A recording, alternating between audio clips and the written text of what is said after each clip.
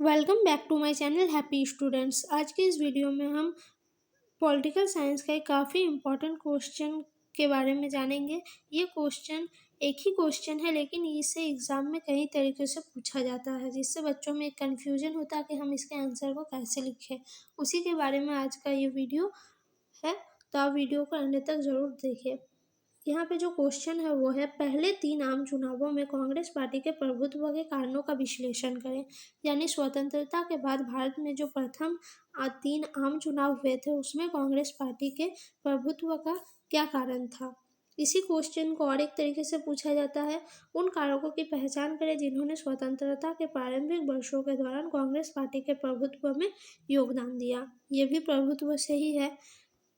फिर और एक तरह से पूछा जाता है ये क्वेश्चन, भारत में कांग्रेस प्रणाली के उदय के लिए जिम्मेदार कारणों को बताइए।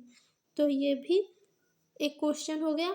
और जो और एक तरीका है वो है, आज़ादी के बाद पहले 3 आम चुनावों में कांग्रेस पार्टी के प्रभुत्व के किन्हीं 3 प्रमुख कारणों पर प्रकाश डाले। तो क्या है, यहाँ पे सभी क्वेश्चन अलग अलग तरीके से पूछे गए, लेकिन सभी क्वेश्चनों में जो पूछा गया है वो कांग्रेस युग में कांग्रेस का जो वर्चस्व था, उसका प्रभुत्व था, उसी के बारे में पूछा गया है।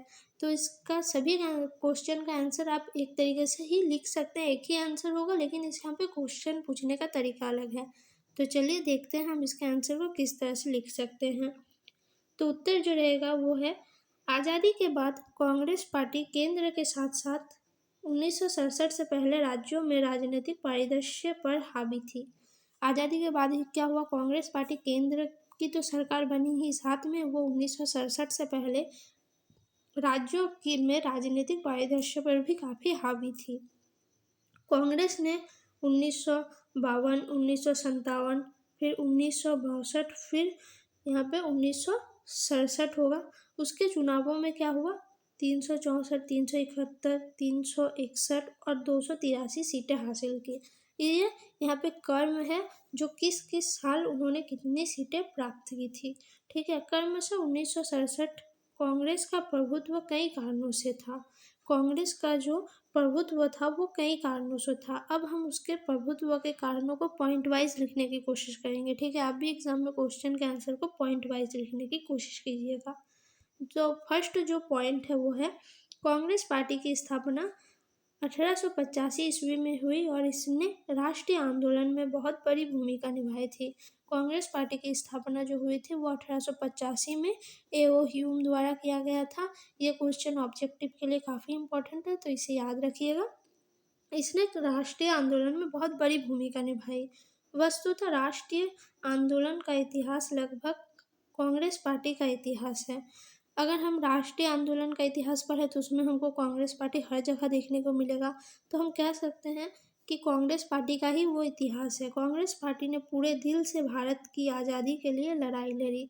ठीक है, कांग्रेस पार्टी ने क्या किया था, बहुत ही पूरे दिल से भारत की आज़ादी के लड़ाई लड़ी और बलिदान भी दिया। उन्होंने बलिदानों की कभी चिंता नहीं की। दूसरा जो पॉइंट है वो है, कांग्रेस ने 1885 से 1947 तक भारतीय जनता को सक्षम नेतृत्व प्रदान किया। जब से कांग्रेस बनी तब से लेकर आज़ादी तक भारतीय जनता को उन्होंने सक्षम क्या किया, नेतृत्व प्रदान किया। कांग्रेस पार्टी का नेतृत्व महात्मा गांधी, ठीक है, पंडित जवाहरलाल नेहरू जैसे महान व्यक्तियों ने किया था। जवाहरलाल नेहरू, सरदार वल्लभ भाई पटेल, श्रीमती इंदिरा गांधी, ठीक है, ये सभी ने क्या किया था, कांग्रेस पार्टी का एक समय नेतृत्व किया था। 3 नंबर जो पॉइंट है वो है, कांग्रेस पार्टी एक सुसंगठित पार्टी थी और किसी अन्य राजनीतिक दलों के पास इतना सुसंगठित संगठन नहीं था। उस समय कांग्रेस का जो संगठन था वो काफ़ी मजबूत था। अन्य राजनीतिक दलों के पास इतना सुसंगठित संगठन उनके पास नहीं था। चौथा जो पॉइंट है वो है, आज़ादी के बाद कांग्रेस पार्टी ने न केवल जनता की समस्याओं को हल करने का प्रयास किया, बल्कि देश के सामने आने वाली चुनौतियों को भी सामना किया।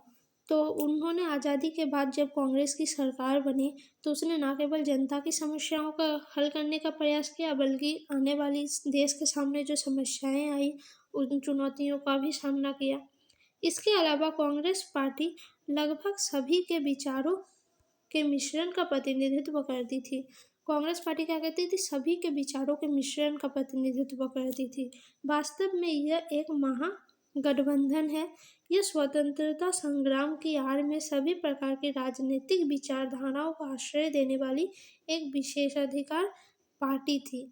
इसमें क्या होता था? राजनीतिक विचारधारा को आश्रय दिया जाता था और ये एक विशेष अधिकार पार्टी थी, क्योंकि यहाँ पे क्या होता था? सभी के विचारों का मिश्रण का ये प्रतिनिधित्व करती थी। इस तरह से उस समय में क्या हुआ? उनका जो प्रतिनिधित्व था, उनका जो प्रभुत्व था उस समय समाज पे काफ़ी पड़ा।